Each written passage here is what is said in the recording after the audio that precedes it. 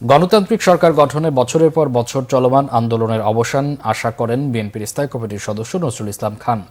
আর নাগরিক ঐক্যের সভাপতি মাহমুদুর রহমান মান্না বলেছেন, শুধু সরকার পতনের জন্য নয়, কল্যাণ রাষ্ট্র গঠনে সবাইকে ঐক্যবদ্ধভাবে আন্দোলন সংগ্রাম করতে হবে। নাগরিক ঐক্যের দ্বাদশ প্রতিষ্ঠাবার্ষিকী উপলক্ষে রাজধানীর ঢাকা রিপোর্টার্স ইউনিটি মিলনায়তনে আলোচনা সভায় তারা এমন মন্তব্য করেন। নজরুল ইসলাম খান বলেন, রাষ্ট্রের প্রধান সেনাপতি দুর্নীতিতে জড়িত, পুলিশ প্রধান দুর্নীতিতে অভিযুক্ত, একজন প্রধান বিচারপতিকে দুর্নীতির দায়ে দেশ ত্যাগে বাধ্য করা হয়েছিল, সংসদ সদস্য খুন হচ্ছে, দ্রব্যমূল্যের লাগামহীন ঊর্ধ্বগতির কারণে সাধারণ মানুষ দিশেহারা। এসব অন্যায়ের বিরুদ্ধে চলমান লড়াইয়ের শেষ হওয়া দরকার। আর নাগরিক ঐক্যের সভাপতি মাহমুদুর রহমান মান্না বলেন, বেনজির আওয়ামী লীগের ক্ষমতা টিকিয়ে রাখতে কাজ করেছেন। বেনজির, আজিজ, আনারের দায় আওয়ামী লীগকেই নিতে হবে। দুর্বৃত্তায়ন ও অনাচারের বিরুদ্ধে ঐক্যবদ্ধ আন্দোলনে সবাইকে এগিয়ে আসার আহ্বান জানিয়েছেন মান্না।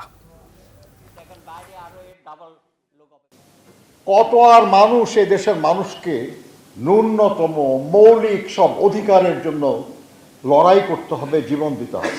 এই লড়াইয়ের একটা শেষ হওয়া দরকার। যুগের পর যুগ শুধু লড়াই করে যাব, তার ফল উপভোগ করতে পারবো না, এটা হতে পারে না।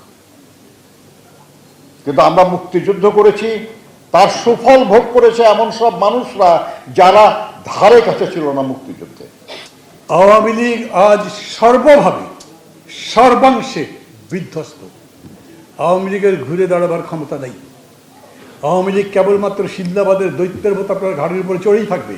আপনি ঘাড় ঝাঁকি তাকে ফেলে যদি দিতে না পারেন, ও ঘাড়েই থাকবে, নামবে না, কারণ ও জানে নামলে ওর আর বাঁচা নাই। অতএব লড়াইটা করতে হবে। আমরা সেই লড়াইয়ের পথে আছি।